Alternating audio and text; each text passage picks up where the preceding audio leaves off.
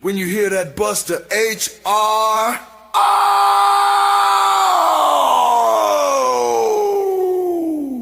man, it's about to go down.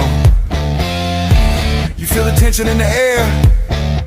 Wrestling fans all over the world, get ready for this right here. They're gonna have a field day with this one. You're about to witness Buster Unmasked!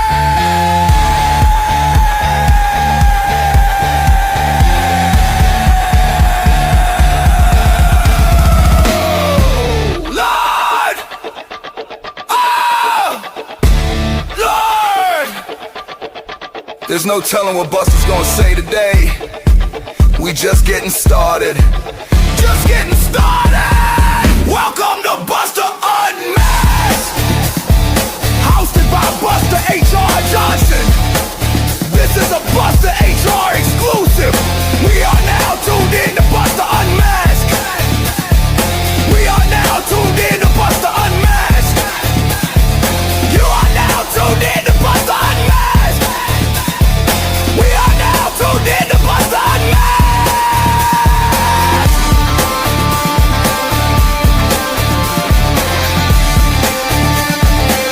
Welcome to Buster Unmasked!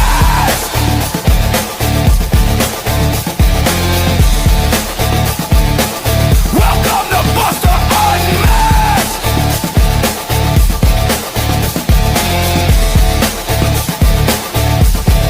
Buster Unmasked!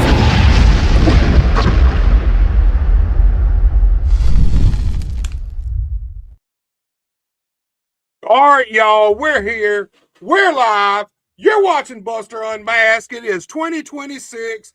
It's a brand new year. It's a brand new day. And I got a brand new guest for you right here today.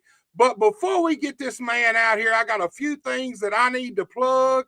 Look, guys, I don't know if I'm live on Facebook. I've been having some issues. Somebody tried to hack into my account, and I'm having some issues. I've been having some issues trying to stream live. I've been working with it all day. If it's live, y'all let me know. If not, go to the YouTube links and check it out, y'all. That's where you can find us at. Go to the YouTube links. Look, there's a few shows I want to plug. First of all, this Saturday night, Caruthersville, Missouri, American Hostile Championship Wrestling and the UWA have a big card. Let me play this teaser for you guys. Caruthersville, Missouri. It's time to get hostile as American Hostile Championship Wrestling and the Unified Wrestling Alliance returns to the Diane Sayer Rec Center on Saturday, January 10th. Bell time is 7:30 p.m. Doors open at 6:30 p.m. Ringside tickets are $13. General admission are only $11. You're going to see all the stars of the UWA and American Hostile Championship Wrestling. Do not miss it. All right, guys, you seen it right there. This Saturday night, Caruthersville, Missouri, the Diane Sayer Rec Center. Look, this card is anchored by a $5,000 UWA World Heavyweight Championship main event. The new champion, Jack Parker Jr., will be defending that title against the former champion, Bullwhip Ballard, with Money Mark in his corner. And let me just say this, guys.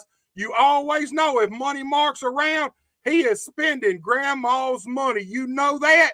So if you do not want to miss that show, you're also going to see the AHCW UWA World Tag Team Champions, the Savage Brotherhood. They'll be there. The AHCW Heavyweight Champion, Big Joe Helms, the Silverback, will be there. So many other stars of the UWA. You do not want to miss that. Look, guys, here's a show right here I want to talk about that you don't want to miss. All right, you see it right there. I don't know why I'm shrunk down so low. We're not going to worry about it. Here's the deal. Saturday, January 17th, Osceola, Arkansas, Mid-Southern Championship Wrestling Arena, the MCW Arena. It's a tribute show to the franchise of MCW White Lightning. Let me just say this, guys. This is a show you don't want to miss. There are going to be stars there from the past, the present, and MCW has some great young guys that are the future of this business. So there's going to be stars from the future there also. You do not want to miss this show. It's going to be awesome. Going to be a lot going on. I can promise you this. It's going to be a jam-packed night. You do not want to miss it. And hold up a minute. Let me pull this up. Let's check this out right there. You see it. KAW. It is back, guys. The first date and the venue has just been confirmed today. I'll tell you guys a lot more about that in the upcoming weeks. Let me just say this. I can tell you this. We're looking for the brightest, the best, the toughest, the baddest ass young talent around our area.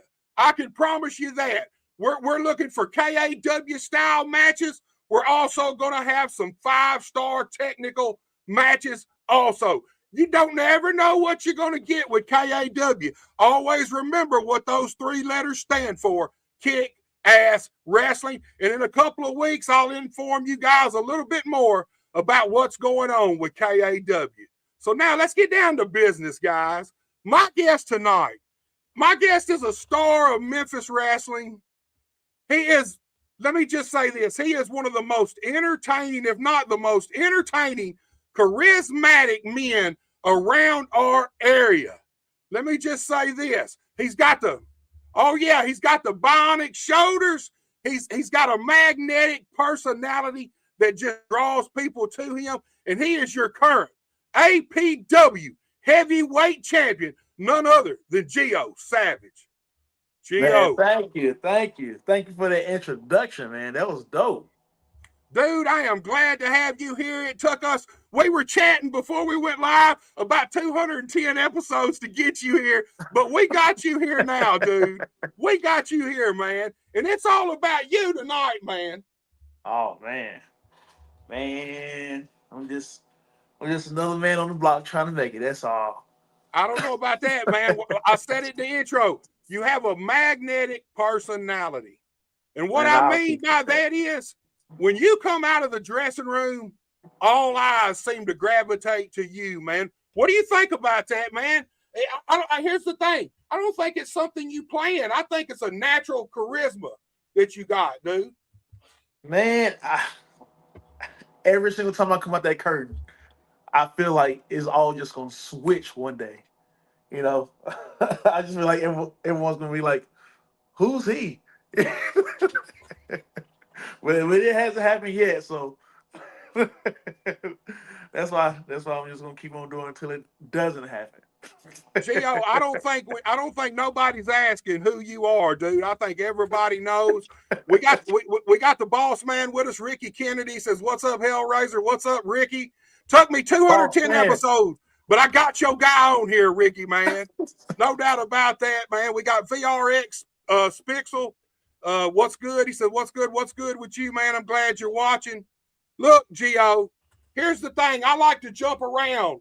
So what we're going to do right now is I want to know when you started wrestling, man. Ooh, man, I started wrestling up in 2018. September 2018 when I started wrestling. So let me ask you this. How did you get in the business, man? Well, so I had a buddy. I got a buddy named Midnight Rooster. I don't know if you remember him or not. I know who he is. Oh yeah, okay. So he was wrestling, and so I was like, shoot, put me on. And back at that time, I was like maybe like 160 pounds, and he was like, nah, G, go to school, make some money. Ain't no money in wrestling. You'll get crushed out there. And I'm like, man, whatever. So went to school, did all that stuff. I went to this this is years later now at this point. Like I was maybe like 23, 24, whatever. Went to this wrestling show, and I saw Ray Fury, JD Jenkins, Wes Warren, like the list goes on. Man, I was blown away at the performance. And they just reignited the passion to want to wrestle again. And so after the show, I went up to the promoter and asked, "Can I be a wrestler?" He like, "Sure." and exchange info, contact info, and all that stuff. Then I thought about it. I'm like, man, I'm gonna try to hit up Rooster one more time and see what he gonna do. So call Rooster, say, hey, I really want to wrestle. Whoop the whoop. He said, okay. He pretty much just said, okay, just to brush me off. And then one day I saw him at a gas station, and this one I had got gained to like 200 pounds at this point. He was like, oh man, Jay, you ready to wrestle now? And so he connected me with some people up in Batesville. Shout out to Ricky Kennedy, Giant Hillbilly. Shout out to Jeremy Soul Train Sarton. But yeah, they coached me. It was Pro Wrestling Association, which I'm still the champ over there. I'm still the champ over there, which is crazy. You collecting them belts, man. I know, right? But yeah, started with them. After 2 months of training, pretty much was riding Rooster's coattail, and went to a show, and one person didn't show up, and they put me in the main event. I was like, oh God. Throwed you right in the fire, man. That's how it always happens, man. Somebody don't show up, and then boom, you're in the main event, dude. Yeah. And since then, it's just been going from there. I just try to have. What I've learned from, like, I guess all my trainers combined and stuff, just have like the same type of energy, type of charisma that you like to see on TV. Right. So at that time, it was like Dolph Ziggler, Montez Ford, Macho Man. The list goes on. So I like to kind of like embody myself into all of those three. You know what I'm saying? Right. Has the charisma always been there, or is it something that was kind of hid in the background and it took wrestling to bring it out, man? Man, to be honest, well, I guess the shoulder thing. You want to know the shoulder story? Well, here's the thing with you, man. We'll definitely talk about the shoulders, but that's not just it. Everybody hangs on the shoulder thing. But even before you do that, the minute your music hits, the minute you come out of the dressing room, all eyes are already on you. And I don't think we can give the shoulder thing all that credit, man. I love it. Everybody loves it. There's no doubt about that. But I don't feel like that's the whole package, dude. I feel like there's a lot more that goes along with the gimmick, man. Man, I appreciate that, man, because a lot of folks don't even know a single move that I do, but they know when I do the shoulders. they know that. Hey, man, whatever works, that's what you roll with, man. Right. And it just took off like wildfire. But really, to be honest, I guess what caused not being afraid to go out in front of a crowd, I guess, was being in band, because we had to put on a performance in front of like crowds of people. So I mean, I was never really afraid to, like, perform in front of people. So that was just already there. It just more so just more eyes specifically on me. Right. So that's the thing about the ring, man. It puts the spotlight right on your ass, man. There ain't nowhere to run. Man. There ain't no group of people to hide in. The eyes are on you when you step in the middle of that ring. And look, Mark McGee's with it. He says, I'm just mad because I can't do the shoulder thing. Man, look, man, you know I do what I can do, man. You know what I do what I can do. Hey, Ricky Kennedy's back, and he says, you're the kind of guy you want your daughter to marry. Talk to me about that. That's not the first time Ricky said that, man. Not the first time. This dude speaks so highly of you, Gio. I appreciate that, boss. Ricky loves Gio Savage, man. There's no doubt about that, man. So look, I'm glad you mentioned band. So let's jump around a little bit. Let's go all the way back, man, and tell me a little bit about where you're from, and talk to me about your upbringing, man. If you played any sports in school, if you did anything other than band, let's talk about it, dude. Man, believe it or not, I have like zero to little athletic background. All I did was band from fifth grade to almost high school. I tried to do powerlifting, and I went to a just a little just a meet, just competing with other high schoolers, and Right. I was in the same weight class as just one other person, and I lost that, and I was mad, so I quit that, and I worked for a restaurant. But other than that, I mean, I played around with footballers. When they play football after school, I played Right. with them. But other than that, like I tried out for the basketball team, didn't make it. So So it sounds like wrestling was your calling. exactly. Like if they had a wrestling team where I was from, I would have I would have definitely joined and probably dominated. And that's the thing about wrestling, man. There's a lot of guys that get into wrestling business that really never played any kind of organized sport whatsoever, and they say the same thing you do. Well, I really didn't have no athletic ability, but you find the right outlet, and that athletic ability seems to shine, man. Oh yeah. Band definitely kept me away from a lot of injuries. So so I thank Band for that. So Definitely thank Band for that. played in band, really no high school sports or nothing like that. You find yourself in the wrestling business. Let's go to that first night, that first main event match. Take me there, man. When you're there and they all of a sudden now come to you and say, hey man, get your shit on, you're in the main event. Talk to me about that. Talk to me about specifically that moment. What was going through your head, man? Man, something dropped in my throat. I'm like, my throat got hard. I'm like, oh Lord, I don't know what I'm gonna do. And at this point, like I only know like 5 moves. And I'm like, and all these guys are bigger than me. Like it was Rooster, uh, it was Reaper, Man, it was one more guy. I can't remember the third guy. But both of but in those my guys opinion, are big guys, though, man. yeah, yeah.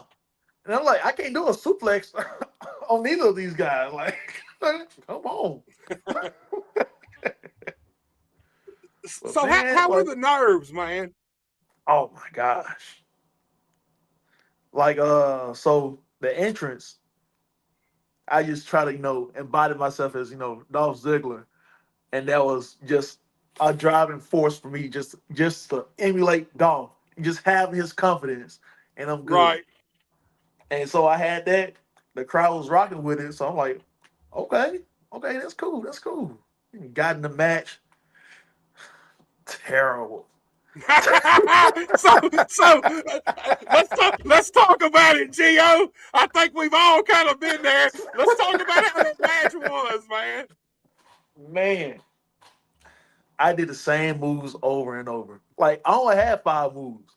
Like Hey, all some I could guys do, think that's all you need, man. 5 moves of doom, man. man, I barely knew how to do them. Like the guy was too big for 3 of them, so I only had like 2.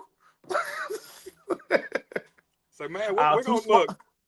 We're gonna do a lot of headlocks, and I'm gonna probably throw a bunch of drop kicks that nobody's gonna bump for, man. I don't know. And at that time, I didn't know how to throw a drop kick. Not a good looking one. So now here's my thing. My first match, man, I was just so happy that it was over. When it was done, I was so happy it was over. How'd you feel when you got back through that curtain and got that first match out of the way, man?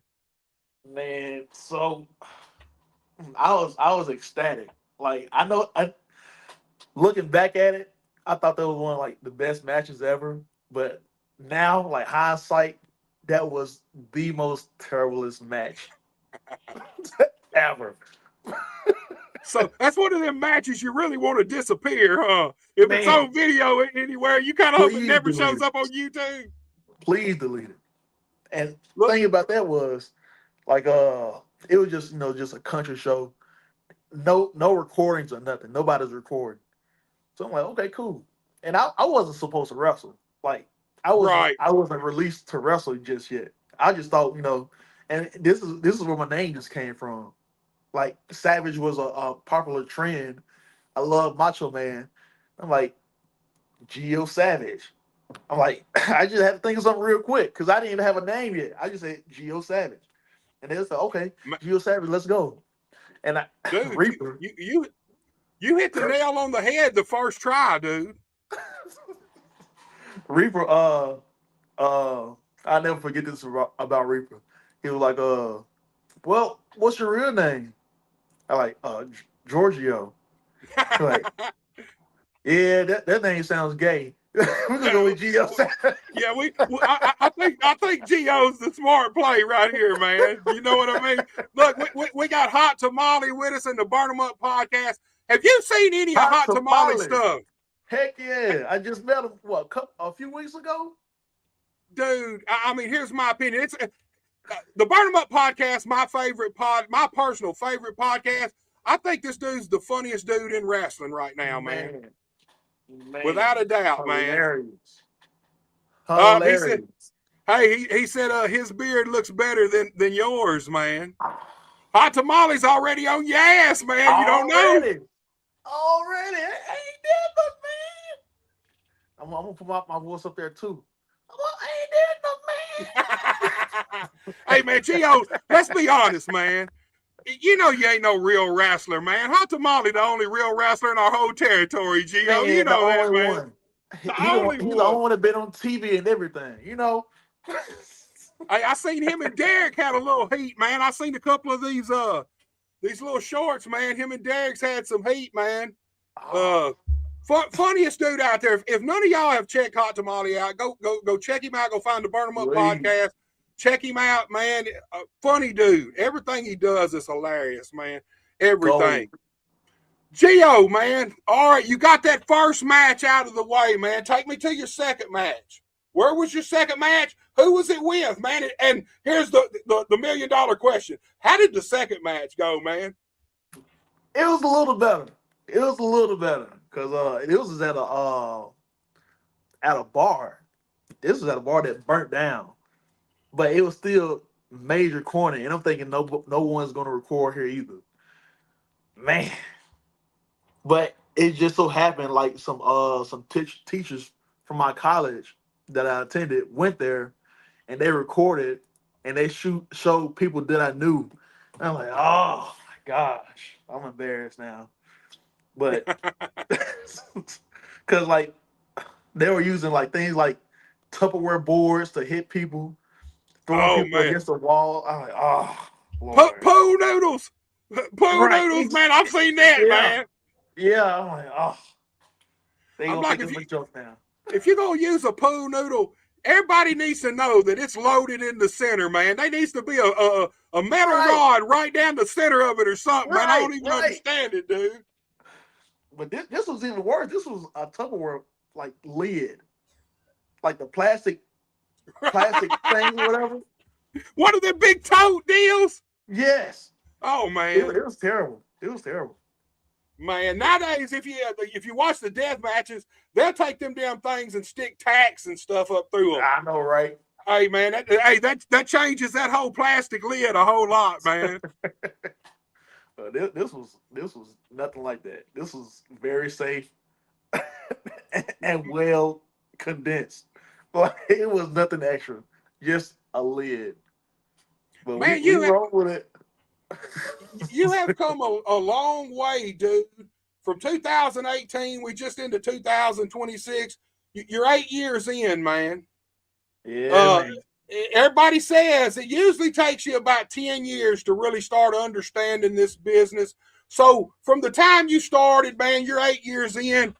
How do you feel about the business now, man? Now that you know what the business is like, kind of what goes on, how things work, because that's a big issue. There's so many unwritten rules in the wrestling business that they expect you to know, and ain't nobody told your ass none of this shit yet, Gio. So talk right? to me about your development over these 8 years, man.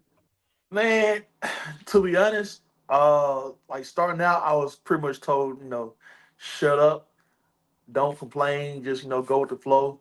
As long as you remain a good sport, you'll do good. And that's good to a certain extent.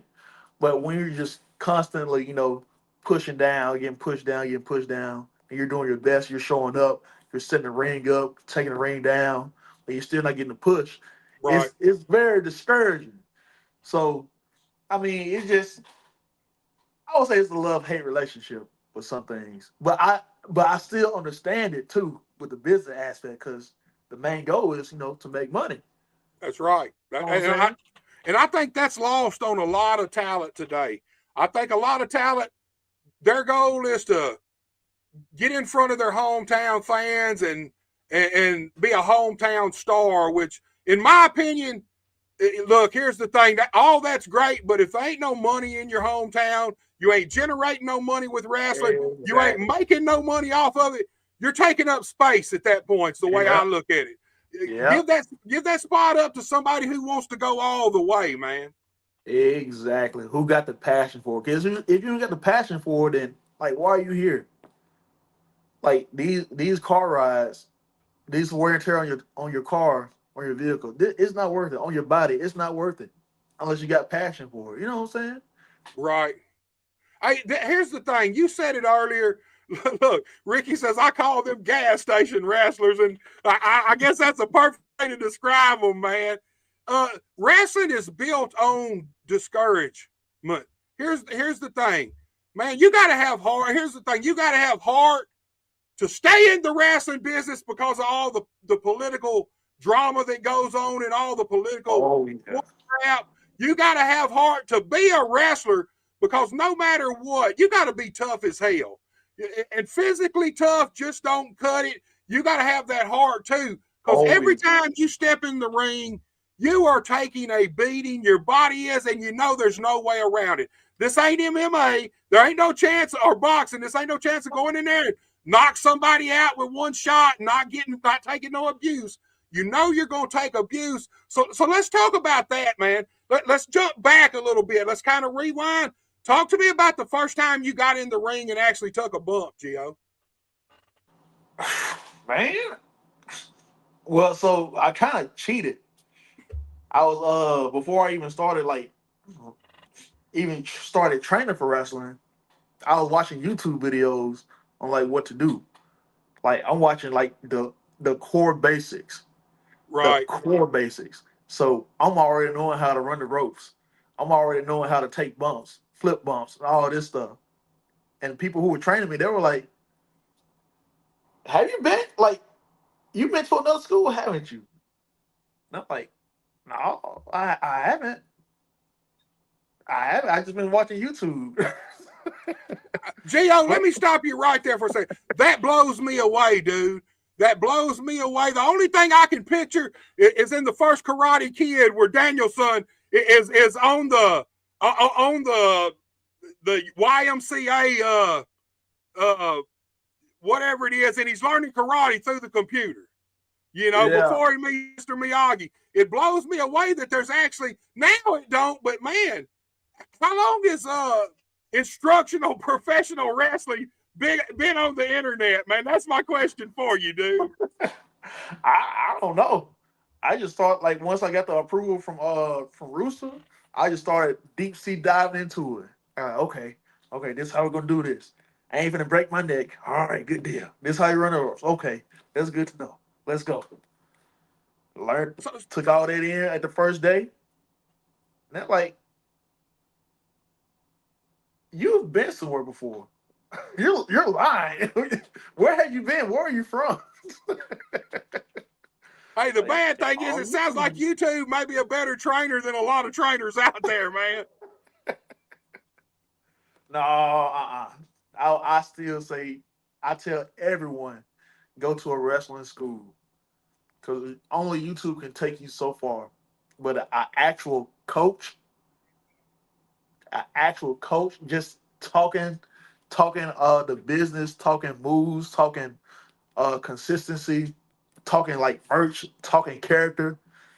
Right. Only the help from a coach, from a Right. school. So let's delve into the YouTube wrestling. You'd been checking that out. You finally get in the ring. You knew how to hit the ropes and stuff. But down here where we are, it's always metal cable. The Oh the yeah. ropes are steel cable. So talk to me about kind of learning this stuff on YouTube and then actually putting it into practical use in the ring, hitting the ropes, because man, when you first start hitting the ropes, it will eat you alive. The Oh metal yeah. ropes will tear you up. And then let's talk Absolutely. about the first bumps too, what it was like the first bump you actually took in the ring, man, how it felt compared to how you thought it would feel. So, me, I'm thinking, it's padded and it's not gonna hurt. So I'm like, make sure I tuck my neck, make sure I spray my hands out, and I'm good. So I just jumped up and did it. Boom. Whew. Anything's gonna feel like that. it I ain't gonna say it hurt bad, but it made you like reconsider about what you want to do. That's the thing. That's the thing. That is the first part of learning respect for the wrestling business, is because I think everybody kind of has this opinion of what a ring's going to be like, what taking a fall in a ring's going to be like. And then when you get in there, now it's not something that, no, don't get me wrong. I have been in some rings that were hard as concrete, hard as Oh yeah. concrete. But overall, it's not something that's going to kill you taking a bump, but it does. Right. That first one you take, man, it Man. kind of right then you kind of know in your head, damn, do I want to do this anymore or not? You know what I mean? Can I Yeah. take 30 of these a night? Man. And at that point I was like, I ain't no wuss. I'm gonna keep on going. Cause Rusa, he even admitted it. He was like, I ain't gonna lie to you, G. I thought you was gonna quit after your first day. Well, I kept on with it though. I kept So on with it.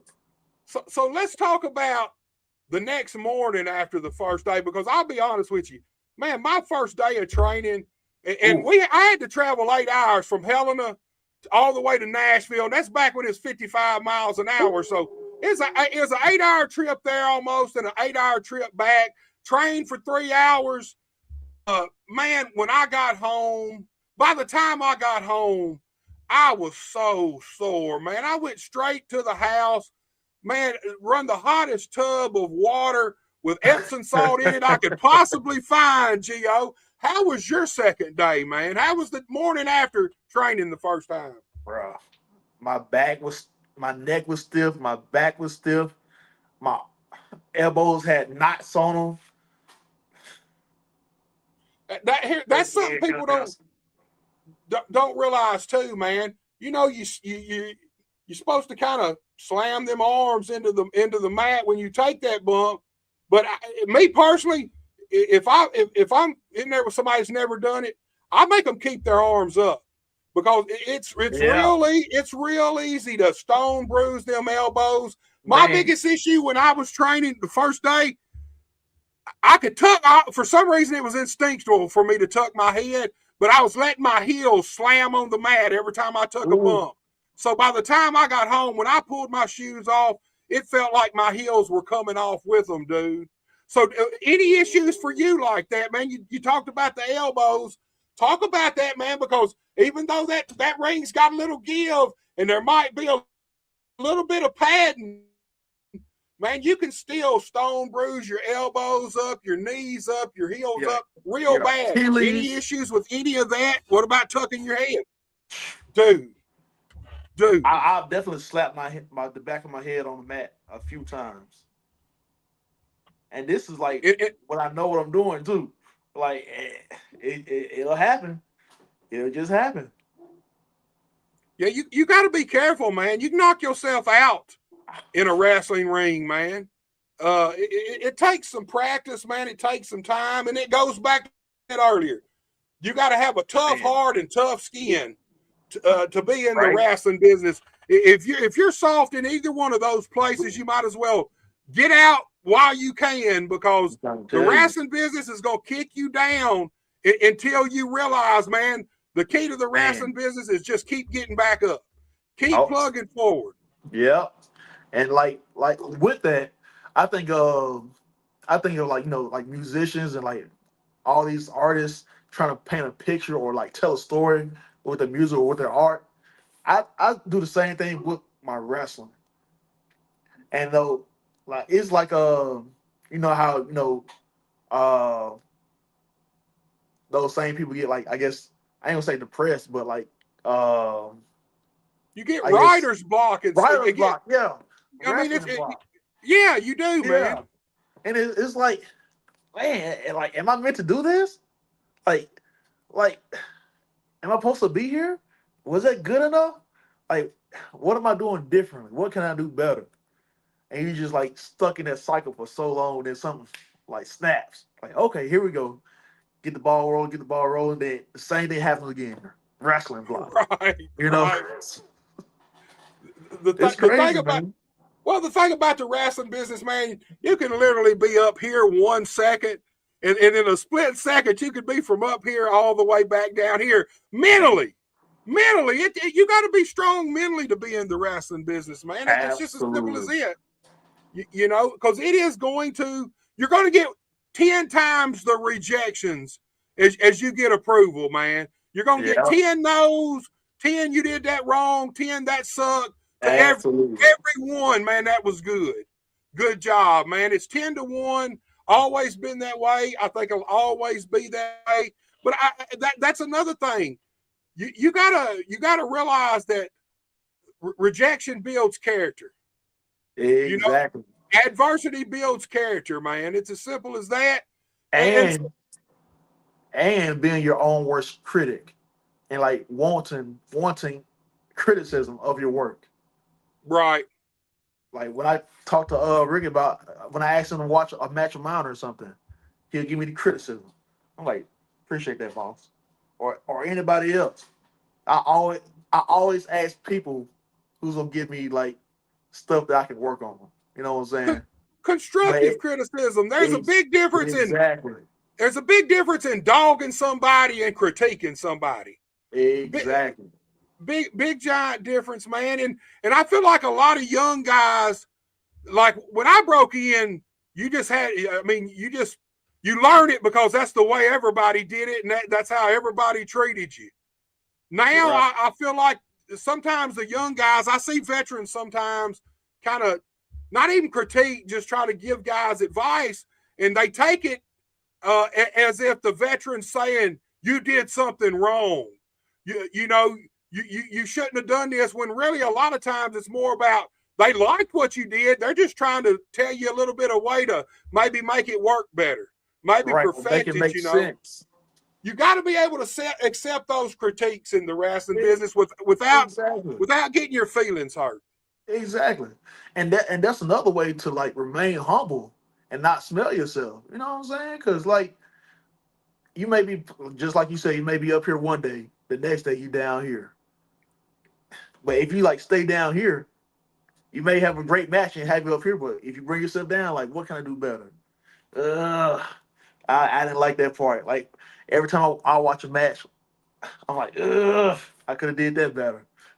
I could have did that better. You know. So I I think always we're try to all, keep that down. I feel like you need to be your worst critic in the wrestling business. Absolutely.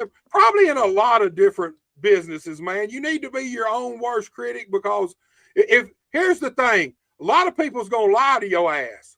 A lot of people see something that sucks, and they're not gonna tell you, "Hey, man, that wasn't so good." They're gonna say, Right. "Oh, T.O., man, that was great, man. I loved it," and that does not help. That does nothing but pump your ego up. So when Exactly. you're the only person that's really going to look at what you do, and you can't deny it. You can't say, well, this dude here didn't like it. He don't like me, so that's why he said this sucked. No, you got to be able to watch your stuff and watch what you do and accept the reality of what you're doing. Whether it was good or Absolutely. bad, you got to be able to say, man, I don't think I want to do that no more. I'm just not good at it. It looks like shit. I suck at it. Or I need to work my ass off to try to make that better. And here's the thing about wrestling. Exactly. we're not all meant to be able to do every move the greatest. It's as simple as that. Some stuff you learn you just need to leave alone. Hide it outside. Right?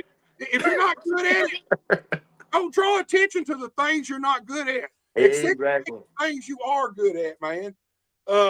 And I think we all should be our own worst critics when it comes to the wrestling business. Because then you know where you stand. And like you said, stay humble. Even if you know you're good looking, till you're Shawn Michaels, having the big head is a bad thing in the wrestling business. Especially at our level, the big head can lose you bookings no matter how good you are. Man. If you're a pain in the ass to deal with, people are not going to book you. Now, when you get to Shawn's level and you're at the top of the business, you can get away with being an ass sometimes and having the big head. But for guys just starting out, it's a crippling crutch to have the big head. It really is. It really is. So look, Gio, man, you're 8 years in. Let me ask you this. Did you meet up with Ricky before you started working at Memphis Wrestling? Oh, yeah. Definitely before. Okay, so let's talk about that. Let's talk about, because we see the APW heavyweight title right there. So let's talk about how you hooked up with APW, man. So I think this was back in 2019, the first APW show. And I was just tagging along with Rooster and Night Train. And met Ricky there. I was in a 3-way match with Josh McGinnis and TIP. Both great guys. Right. And shoot. And like I lost the match, but I felt like I won because the crowd was like clapping. And I'm like, oh, okay, all right. And so Ricky was telling me about he's opening up a school. I'm like, please, like in an actual building, like not outside or anything like that, but an actual ring is no mattresses or nothing like that. And so I went to the school, got the training. When I say Ricky like drilled moves into me, that's why I still say I had one of the best drop kicks. You know what I'm saying? Because of Ricky. Ricky made me do 10 drop kicks to make sure it was crisp. I'm gonna have to send you like a clip of a drop kick, or one of my drop kicks or something. Oh, I've seen you drop kick, man. I've seen you drop kick. I want to see a clip of some of the first drop kicks you've thrown, man. Is what I want to see, dude. And let's talk about Ricky for a second. Here's the thing about Ricky. I feel like he is one of the best promoters around our area on the up and up. Ricky's a straightforward guy, and here's the thing. He's not your normal promoter.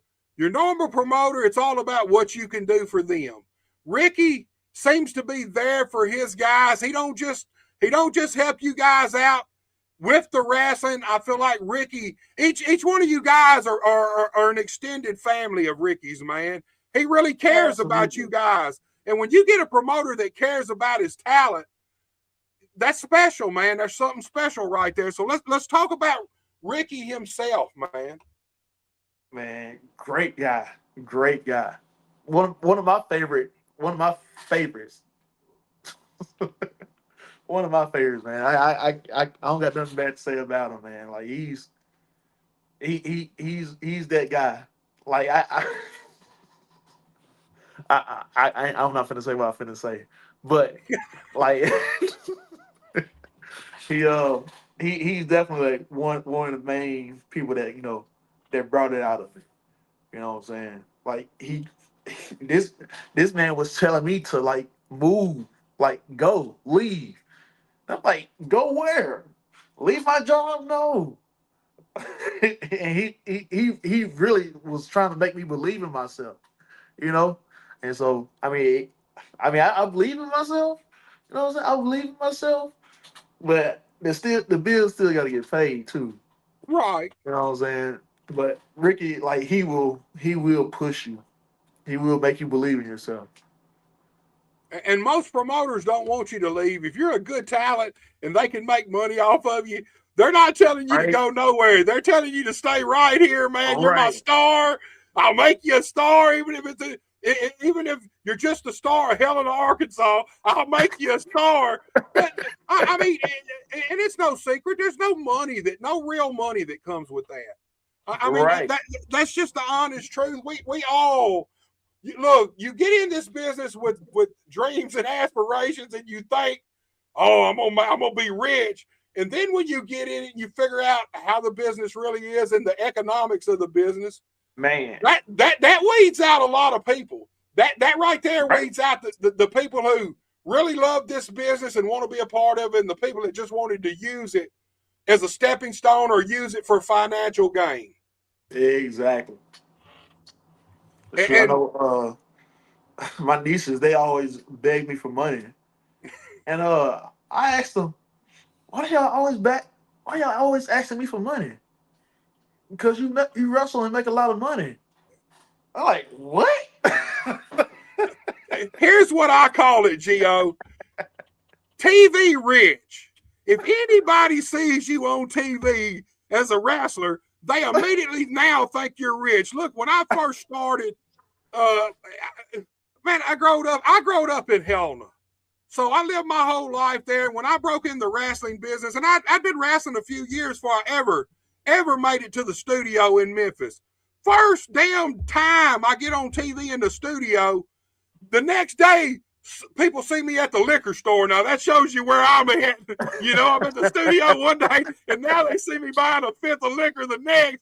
But people that know me my whole life now think I got money. I call it TV rich. If they see you on TV, they think you're rich, man, and it's could not be further from the truth. You know what I mean? I know exactly what you mean. What you need to do is tell your nieces and nephews, no, man, I need to borrow some of your money. I know you got allowance. I need to hold about $5 from each of you guys, man. But I'm like a fool. I still pay for it. You know, those are my little nieces. So I. And that right there is why you got to have that shoot job. Exactly. So Ricky, type of promoter, says go out, get more exposure, go out and make a name for yourself. So how long had you worked for Ricky before you ventured into Memphis wrestling, man? Because I mean, if I got my stuff right, you pretty much been a feature on Memphis wrestling since you've been there. Yeah. Yeah. When did I go to? It was either 2022 or 2023 when I first made it to Memphis wrestling. But So I guess let's go ahead, you want to talk Gio. about like how we got into it? Or shoot. Yeah, I mean, let's talk going from APW, going from normal outlaw shows is what I was brought in calling them. Any show that wasn't on if it wasn't a Lawler show, it was an outlaw show. So Yeah. let's talk about going from outlaw shows to now you're going to the Wrestle Center. You're part of Memphis Wrestling. People seeing you all over the country now. So let's talk about the difference. Was Memphis Wrestling your first taste of TV? EPW was my first taste of TV. EPW.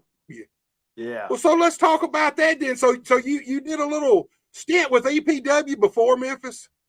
Oh yeah, most definitely.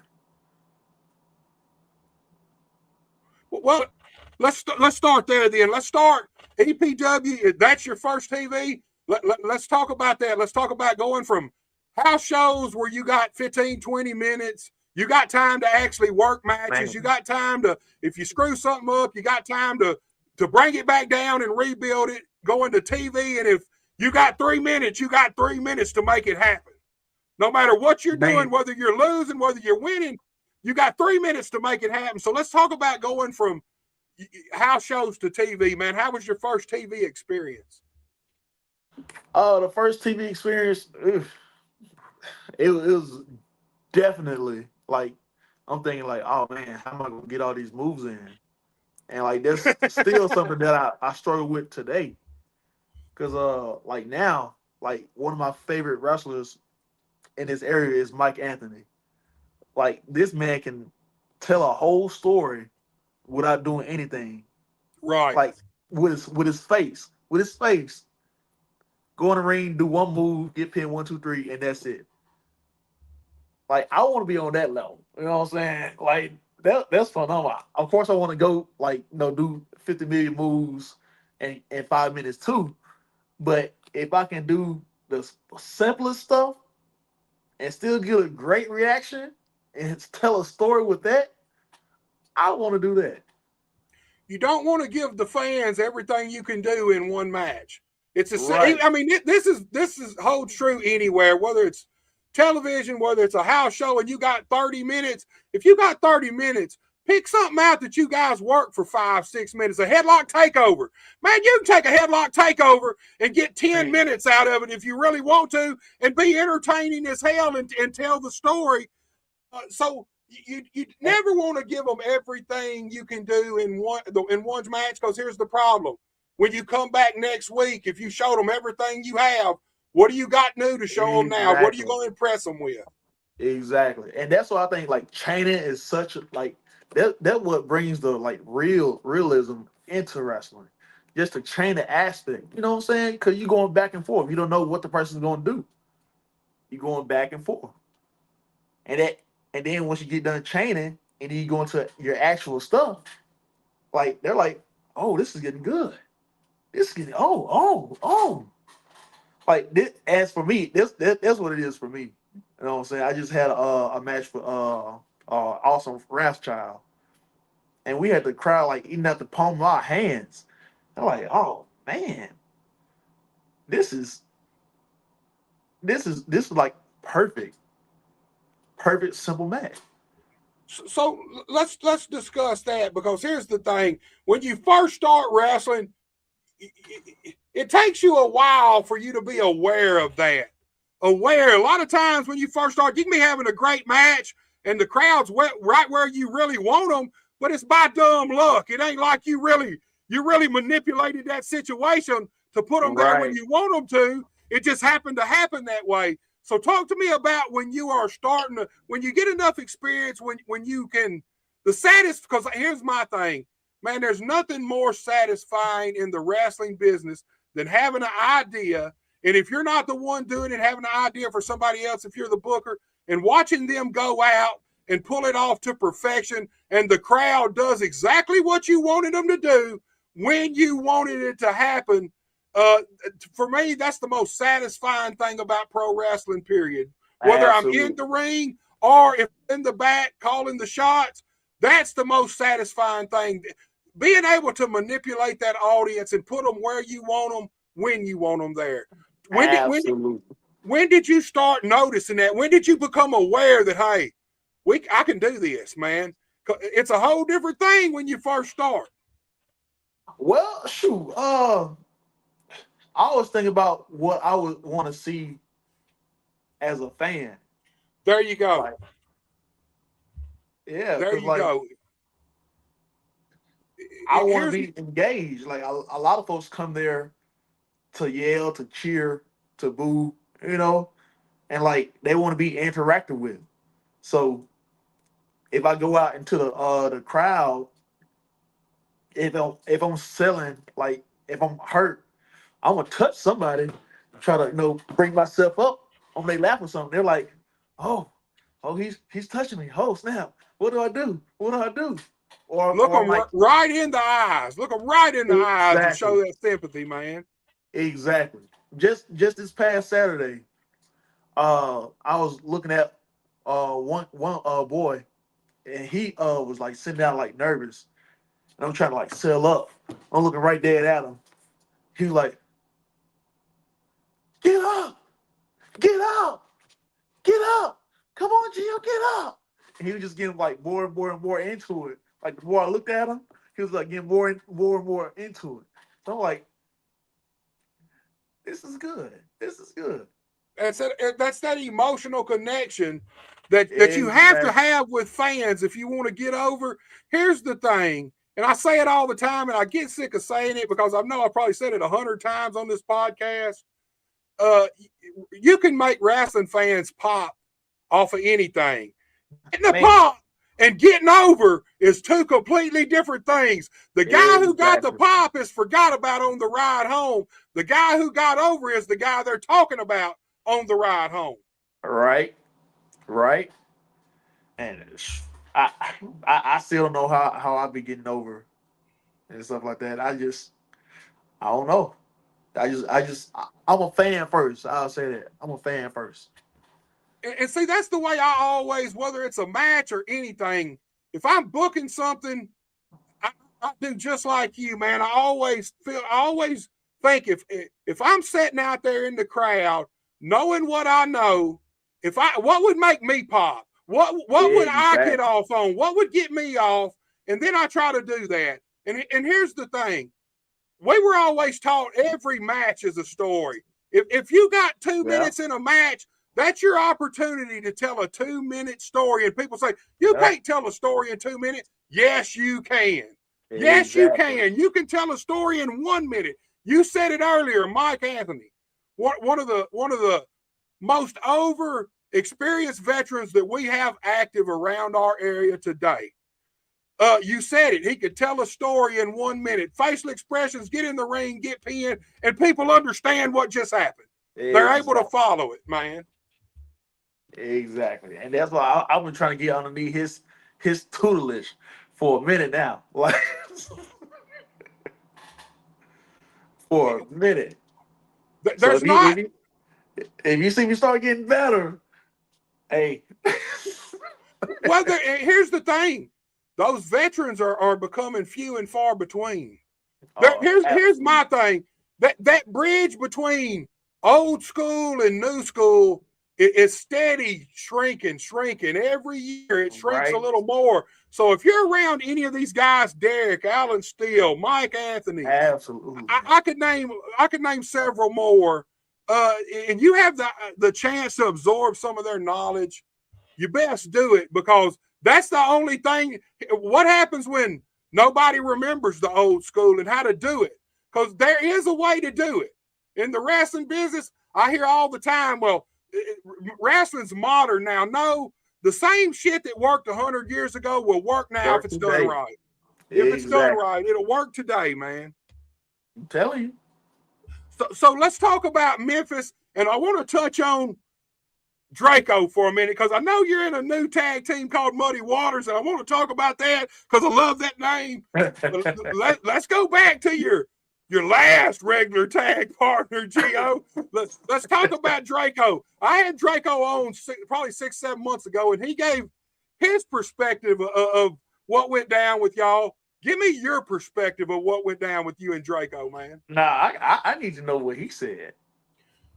Uh, What did basically, he he say? said, he said he was tired of standing in your shadow, and it was time for him to shine. Is the gist of it? I mean, he said a lot more than that, but that's pretty much. It was time for him to be the lead dog. I feel like, if I remember right, he kind of felt like he was the second fiddle in the team. See, so Draco, that's still my little brother. I still got love for him and all that stuff. But I know I felt he was feeling that way, and so I decided, let him give the reins, let him take the reins for a little bit. You know what I'm saying? See how it feels to be in the spotlight and all that. But when you just keep doing wrong, come on, I got you. Come on back. Let me correct you. Let me tell you what's going on right here. But if you're not gonna listen, how can I help you? You can't feed a thirsty horse to a well of water. You That's gotta right. come to it yourself. So, And but I Draco, man, uber talented. Draco ain't even close to. I don't believe Draco's even really tapped into his potential yet. at If you want to all. know the truth, man, Draco's. I see so much potential in Draco and so much talent in Draco. But I mean, y'all were a good tag team, man. Y'all had Bro. a We, lot of success. yeah, like we just instantly clicked. Like, and like thing is, like, I didn't know I was going to even tag with him until like the day of. And so just knowing what him telling me his background and what all he could do, I'm like, this is gonna be nice. And then like he is like miles and miles and miles like ahead of where I even started. Ace. Oh man, Ace. Big Shout out to Ace. Big Ace Ace Duke. Ace taught me how to run the ropes. And I always credit Ace for teaching me how to run the ropes a better way. And I run the ropes the same way to this day. Shout out to Ace, Ace. Ace is my dude, man. Ace, I hope you're ready. The 25th is coming up fast, man. Him and Chris Lex gonna face off in the Dirty Uh-oh. Dozens roast battle Sunday, January 25th at 8 p.m. Everybody, I've got a ton of messages from people. Everybody is ready to see that battle right there between those two guys. I'm ready to see it myself. I built it as the king of Memphis trash talkers. Who really is the king, man? Ace Duker or the king of Pal Chris Lex? I feel like he gonna say something about a sap sucker. Oh, you know he gonna say sap sucker, man. You know that, man. You know that. Ace says he's got that in the bag, man. I'm anxious for that one. I'm looking forward to that. I'm looking forward to that whole show. That'll be a first round battle. The winner of that battle will move on to the second round, but we're also going to have our first second round battle between Garth Mahoney and Justin Klein to see which one of those two guys makes it in the finals. There's going to be a $75 cash prize for those guys. Big Ace and Chris Lex, there's a $50 cash prize to the winner. I'm looking forward to it, Gio. You need to get on in this Dirty Dozens, man. I know you can talk trash, Gio. I can only talk trash when I'm like heated. So, yeah. so we got to do something to you in the back or before the show to get you fired up, man. Is what you're saying? Yeah. So look, go ahead, Gio. I say it doesn't just roll off the tongue because like when I'm cool, I'm just cool. It doesn't just roll off the tongue. But when I'm heated, oh, you gonna catch a bullet. Like you gonna catch a stray. Hot Tamale says, man, I can talk trash. Hot Tamale, man, there's a spot for you in the Dirty Dozens anytime you want it, man. Oh, please put them in there. I just been waiting to get our podcast on the 27th done, and that's the first thing I was going to ask you, man. When you going to jump into these Dozens, Tamale? I think Tamale would be dangerous in the Dozens, Gio. Absolutely. Please put them in there. Man, I don't know if I'll even be able to host it if he's in there. That dude keeps me rolling, man. Keeps me rolling. Man, my man got that what is it, that junior featherweight heavyweight championship he's got, man. I'll be loving it, man. He be killing me. Oh, Ace right across his waist too. Ace says he wants Hot Tamale. I'll tell you what, dude. You get past Chris Lex and Hot Tamale wants to jump in, we'll make that thing happen. Look, there's going to be a big KAW show coming up soon, the first quarter of the year, and it ain't just going to be wrestling. There's going to be a live roast battle. So I'm looking for two guys who are ready to go live right there in front of all the wrestling fans and battle it out on the mic. There it is. There's the invitation. All you guys do is got to let me know. Just let me know. Zach's with us. He said he got Derek King heated. Yeah, I've been, man. Derek throwed water in my man's face, man. Right. Tamale says he'll have Gio on his show soon. I seen a post now, Tamale. I seen a post from Johnny Dotson that said he was going to be on soon too. I want to see you two guys face off, man. I want to see Dotson and Tamale face off. Look, Gio. Let's get back to you, man. We've had the thing with Draco. You kind of been floating around since then, doing your own thing, and now you got you a new partner, Muddy Waters. Let's talk about this tag team, man. How did this come about? Man, actually, we were doing Muddy Waters before me and Draco. Okay, well, fill me in, dude. Yeah, man. We became tag partners back in 2021, I believe, 2022. Oh, got history. You got more history than him, and you got with Draco. Period. Oh yeah, yeah. And like crazy thing is, uh, like the day that I was paired with Draco was like the same day I brought up my tag partner with me to introduce to the promoter. I was like, "Hey, here's my tag team partner. We're Muddy Waters." And they're like, "Okay, that's great. But you're Here's tagging your with new Draco. partner." So let's stop right there. Let's stop right there, Gio. Let's talk about that, man. You bring your partner up there, man, and I'm sure in the back of your mind you're thinking, man, maybe we'll get to be a tag team, man. Maybe they'll have something for us. Then all of Right. a sudden that same day, well, I got you a tag Same partner. day. You're tagging with Draco for the time being. So talk to me about that ride home with your partner, man. I mean, he was a good sport about it and everything. I think he was more so mad that I use our tag team moves. Oh man, yeah, I'd be mad too, man. I'd be mad as hell too. I You mean, just out, I had to think of stuff on the fly, you know. you just out here giving away our shit, Gio. What are you doing, man? And he said the exact same thing. Just out here giving it away, man. We've been working on this and we perfected this, and now you just give it to Draco, man. What's the deal, man?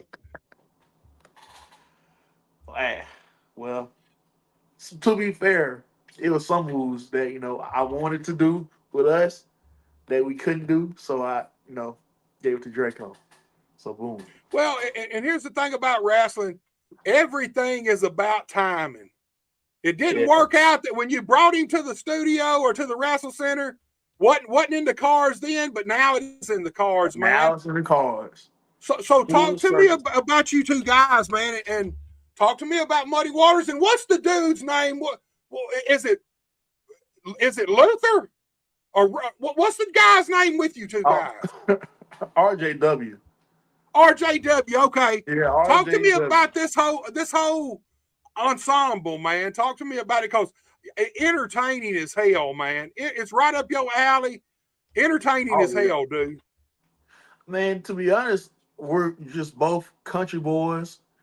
Just and we just like bonded off that. Love the blues. When we just trying to think of a name, we were just trying to think of just random stuff like what's related to Mississippi, what's related to country, because we both country boys. And he said, Muddy Waters, and I'm like the blues singer? Heck yeah, let's do it. And it was just on popping from there. And we See, just and we always just bounce off each other. He does something, I do something. I do something, he does something. We just bounce off each other. dude, I had a total different idea. I mean, I don't know if you've ever been in jail, man, but you playing cards in jail or something, and somebody stick their hand in the pot real quick. They call it you playing with dirty waters, and I thought that's where it come from. I thought, shit, I love that, dude. But now it makes sense too, man. I mean, it makes sense with the blues, uh, Muddy Waters. Now and that's something too, man. I feel like certain tag teams, certain anybody, if you've got a gimmick, I feel like a lot of times they miss telling you the backstory, telling the fans what this gimmick is, how these two Right. guys got together, how they became Muddy Waters. I feel like there's a Right. lot of that gets overlooked, and I feel like that's part of the building blocks of a character and a gimmick and Oh something yeah. you can do something with. Oh yeah. Stay tuned to Memphis. You'll see some more. You'll definitely see some more. Hey, full decks on the radar, man. They looking for Hey, Muddy come on. Waters, man. Come on. Full deck. These guys are brothers too. So here's the thing: you get in the ring with full deck. They know each other inside and out, man. They've been tag teaming for life, dude. Oh, I've seen them work. I've seen them work. I'm a big fan of them. Let me ask you something. Big Ace Duke. My opinion, Big Ace Duke is a star. Here's Absolutely. the issue. I feel like everybody's scared to just let him be him. Everywhere he seems to go, they want to change him just a little, or they want to almost govern him some. Where I think, man, if you just, here's my opinion, the Wrestle Center's full of colors. It's bright, it's blue, it's red. If you dropped Ace Duke right in the center being Ace Duke, there's such a contrast there. Ooh. There's no way it couldn't get over, man. There's no way it couldn't get over. Man, I still remember watching and this is when I was still trying to get good. I was watching Ace's match, and he had the crowd in the palm of his hands. And I'm like, okay. And I studied Ace. This is something you don't know, Ace. I studied Ace. I studied him hard. I'm like, okay, this is what I'm gonna do. I'm gonna start doing this too. Cause he had the crowd in the palm of his hand, and then he called out everybody on the roster. I'm like, but I wasn't on the roster. I was like, oh man, well, what now he calling me out now? So that's all that matters. Ace, man, I first seen Ace Duke live at EIW in New Bern when they were still in New Bern. And man, the Ace I seen there, the big Ace I seen there, man, if anybody, and Ace, you're going to get your opportunity. I can promise you that. You are tailor-made for kick-ass wrestling. I can promise you that. I can promise you that, Ace. Dude, look, you're prime for KAW, man. If there's ever a place where Big Ace Duke could be exactly who he is and wants to be, it's KAW, man. I can promise you that. And I just feel like a lot of people are missing the boat on Big Ace, is truthfully. Man. I feel like a lot of people are missing the boat. I feel like Big Ace can sell tickets. I feel like Big Ace can draw money. Absolutely. So look, Gio, let's talk about the future, man. Let's talk about Gio Savage and the future. You're the APW heavyweight champion. You're in Memphis Wrestling. You're tag teaming again now. But here's the thing. Let's go back to Ricky saying, go out, man. Go out somewhere. Make a bigger name for yourself. Is that something you want to do? Because I've had a lot of people on here ask this question, and sometimes I've got a surprising answer.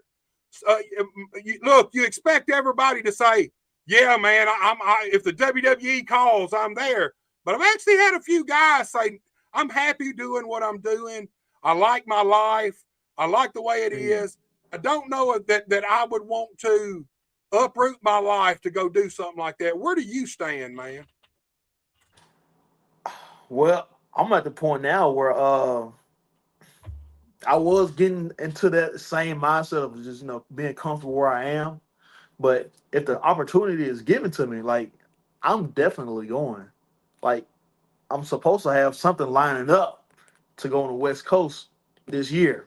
That'll be good. So hopefully it all pans out well. You know what I'm saying? But I ain't gonna talk too much about it just yet. Well, here's the thing. If that opportunity comes and you don't take it, what happens 5 years from now, 10 years from now, 15 years from now, and you've got that in the back of your head? I wish I would have. I should have tried. Right. Here's the thing. You can always go back to doing what you're doing now. Shoot job too. I mean, but if they call and that opportunity comes, in my opinion, anybody would be crazy not to at least go try it. Not everybody's cut out for that lifestyle. But until you go try it, you don't know. Right. And that's a life-changing opportunity. You could go from working a shoot job your whole life just trying to make it to making a lot of money in a short time and being set for life. So I feel like if the opportunity comes, if that call comes from anybody in the wrestling business, that goes back to, if you don't really want to make it, get out and give somebody else that spot. Let somebody else take that spot. Where would you like to go from here? So you're in Memphis Wrestling. You're the APW champion. You're over everywhere around our territory. But look, we got the NWA roaming around here. Ohio Valley's roaming around here. TNA, if they don't watch out, TNA is going to become the second wrestling company in the nation. Yeah. I mean, that's just the way it is. Yep. TNA is on fire right now, and I know a lot of people are going to say that's because they got the WWE behind them, and that don't hurt a bit, but it don't change the fact that what they're doing, people want to see right now. Exactly. That's right. What they're doing, people want to see. So let's start out with the NWA in Ohio Valley, man. Where would you prefer to go if you got the call? I would prefer NWA. Okay. Because I feel they have like massive like storytelling talent. Like no shade to Ohio Valley, but I feel like I can learn a whole lot more with NWA. Right. Here's the thing. I agree with that too. There's a few guys around here I know that have flirted with the NWA and are flirting with the NWA. And here's the thing, it's the next stepping stone. Back when I broke in, you worked the Outlaws and you hope to get to the USWA.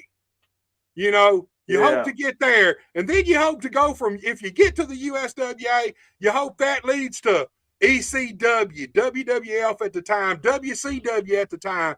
But it's all about those opportunities. You got to get to that next step before that next step pops up. You got to level up. You got to get yourself out there and put yourself in places that you're uncomfortable. You get comfortable. Look, around our area, I mean, what is left for Gio to do? Hold the Memphis Wrestling Heritage title, hold the EPW heavyweight title. After that, where do you go? After that, you've got to level up somewhere if you want to take it to the next level. And I feel like the NWA is the perfect stepping stone for a lot of guys around this area that are already. There's a lot of guys that are at the top of I say a lot. There's a few guys, a handful, that are at the top of the business around our area, and that glass ceiling is just smacking them. All they're doing is smacking their heads into a glass ceiling. So here's the thing. Once you get to that point, if you don't go somewhere else, the only place you can go is down. Back down, yep. Down. So I'd love to see you at the NWA, man. I think it's perfect for you. Hopefully something works out, Hopefully something works out. You might see something soon. Dude, look, man. There is, and here's the sad thing about our area. We actually have a shitload of talent. Shitload of good guys who can actually wrestle and can actually work. Some guys are separated mentally. Some guys around here only want to be the hometown star. That's all they care about. They don't want to try to go no further. Other guys do, but they don't know how to make the move. But I mean, we have a lot of talent, man. This is the place to learn. Why do you think they always sent guys to Memphis before they sent them off to WWF or WCW? They always sent you through Memphis to become a star before you went and became a star. There's a reason for that.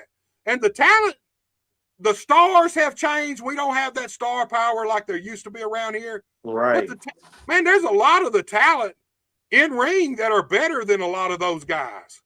I mean, it's just the truth. We have some of the best talent around our area that just get overlooked. And that's what I hate, man. That's what I hate, dude. Guys need to. Some guys just don't take this thing serious enough, too. I feel like. Yeah, and I can understand like just being in their shoes, like having just being in this economy and then not really getting paid much. And if you ask for like an increase, like you'll be ghosted. You'll be ghosted. You won't be booked anymore. You know what I'm saying? Right. But I can see how it is on like both sides of the fence. So. And there's no. Here's the problem.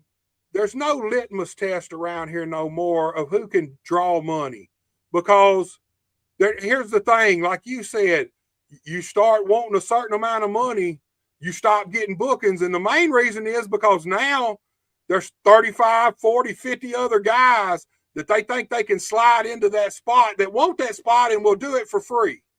But for free, I mean, you get what you pay for. Exactly. It's how I look at it. If you want to book wrestlers because you can get them for free, then they're going to draw you exactly what you're paying them. Exactly. Simple as If that. you don't want nothing, oh, okay. But So look, Gio, we're fixing to wrap it up. We've already went over the hour. We talked about an hour here. We're an hour and oh 20 man, in. Let's oh let's talk about dream matches for you out there. And this could be anybody. It could be somebody around our area, or it could be anybody in the world. WWE, AEW, NWA, TNA. It does not matter. Give me a couple of dream matches, man, you'd like to have with some of these guys. man. Well, I'm just gonna say who just been inspiring me to wrestle. This Shelton Benjamin and well, I'm calling Nick Nimitz. If I can wrestle those two, I can hang my boots up right then and there. Well, Nick Nemeth, it ain't been that long ago. He was at Memphis Wrestling. Did you get a chance to meet him? I did, and I was like a little fangirl trying to contain myself. Dude, he's another guy. He's been at the top of the business for a long time. He's been the world champion, but they never really let that be sustainable for him. But he is absolutely, here's the thing, he's not just one of the best performers we have in the wrestling business. He can legitimately go too. He's got a collegiate background. He can take your ass down and stretch you if he wants to. And that's hard to come by in the wrestling business, man. You either have shoot guys who can't seem. Kurt Angle's the perfect example. He is the perfect mold between pro and shoot style guys, because I feel like he picked it up better than anybody has. Ken Shamrock was all right, but he's still better at being an MMA guy than he is a pro wrestler. Dan Severn, in my opinion, Dan Severn's a badass, man, but he never really, I don't feel like he ever really made that transformation from shoot to pro.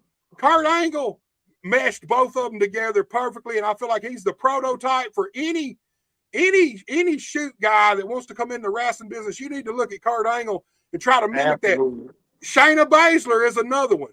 You know, they had 2 or 3 of those other horsewomen of the MMA that wasn't quite as good as Shayna. Shayna's good. Shayna was able to shoot and mesh the pro. And you mentioned Shelton Benjamin. Man, this is a dude who'll suplex Brock Lesnar out his boots, man. Shelton Benjamin, that's a hell of a matchup, Gio. I mean, that's a whole different level. I would freaking love it. I don't care if I'm getting jobbed out. I would freaking love it. and Shelton, man, he's one of those guys, man. If Shelton had Gio's personality, think about what he could do. And I'm not knocking Shelton at all, because I love Shelton Benjamin. I think he's one of the best in the ring. He's a badass, but he's a little reserved when he gets on camera. He's a little reserved. And man, just think if that guy had, I don't even know who, man, but if he had a little bit more personality I don't think that he ain't got it. I think he's reserved out there. He don't.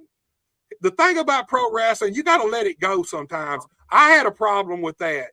It took me years and years to get comfortable kind of being me out there. You know what I mean? Yeah. And if you're not comfortable being you out there's always going to be that stopping point for you. You're only going to get so far. The guys who can just let it go and be free are the guys who tend to be the most successful. And like one thing that helped me, like if you're like, I guess reserved or whatever, like you're in your underwear in front of like everybody. Like be all wild out. Right. Whatever. Hey man, it ain't the time to be reserved, man. Everybody looking at you. You in your damn tidy whities, man. Everybody sees everything. You might as well let it go, dude. Right. That's what I tell everybody, man. Like, if you scared, you already looking like a fool. You already half naked, so milk it. Right. Right. Gio, man, I appreciate you coming on so much. I've enjoyed this. It Man. took us over 200 episodes to get you here, but the way I look at wrestling, everything's about timing, and it was the right time tonight, Yes, dude. sir. Yes, sir. I'm having to be 211. There you go, man. I can't believe there is over 200 of these podcasts, man. It surprised me. Man. I didn't expect to be 200 in. I'll be honest with you, dude. And here's the thing. It's all about you guys. Without you guys and girls, because I've had some ladies on, it's all about you guys and girls. Without you guys, there wouldn't be nothing here. Who gonna sit here and listen to me talk by myself for 2 hours? Nobody. Hey, you got some good wisdom now. You got some real good wisdom. I don't see how guys do it, man. That's like Dotson. I don't see how he goes live and can talk for an hour straight, man. I run out of shit to say. Look, I can have a whole mile of stuff, and in 15 minutes, I done told you everything I needed to tell you. You know? See, he a preacher too, so you know he can milk that out. Yeah, he's used to giving them sermons, man, and I think that's a big asset for Johnny, man.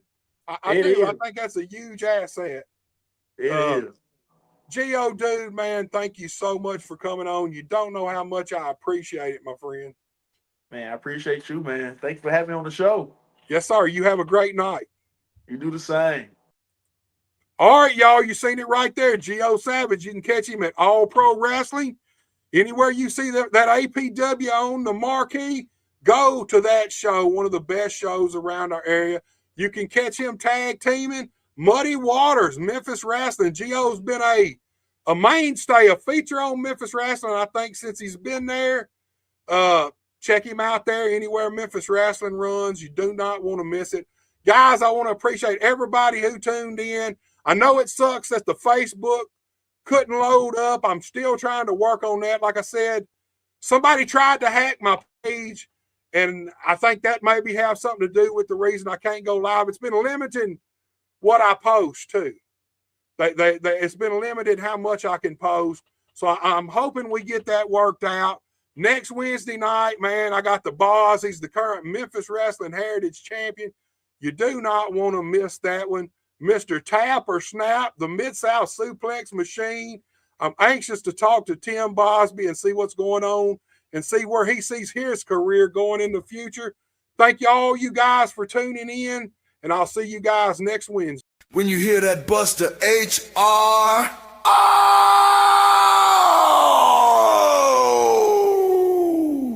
man, it's about to go down. You feel the tension in the air. Wrestling fans all over the world, get ready for this right here. They're gonna have a field day with this one.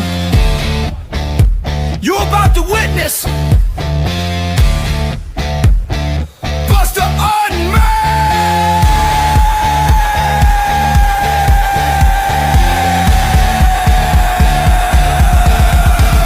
Oh, Lord! Oh, Lord! There's no telling what Buster's gonna say today. We just getting started. Just getting started! Welcome to Buster Unmasked! Hosted by Buster H.